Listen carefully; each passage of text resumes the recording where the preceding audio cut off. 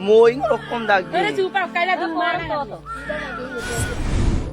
Guys অত্যন্ত দুখজনক খবৰ যে একমাত্ৰ যাতায়াতৰ অসুবিধাৰ বাবে লুইত খাবলু পঞ্চায়তৰ এজনী গৰ্ভৱতী মহিলাই ট্ৰেক্টৰেৰে মেডিকেললৈ যোৱা অৱস্থাত এটা সন্তান প্ৰসৱ কৰিলে। গতিকে সেয়া এটা অবৰ্ণনীয় এটা পৰিৱেশ আৰু খুব দুখ লাগিছে এনেকুৱা এটা পৰিস্থিতি চাই, এনেকুৱা এটা পৰিৱেশটো চাই সঁচাকৈ খুব দুখ লাগে।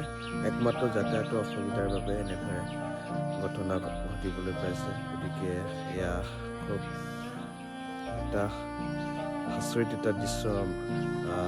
গতিকে ক'বলৈ ভাষা নাই, খুব দুখ লাগে।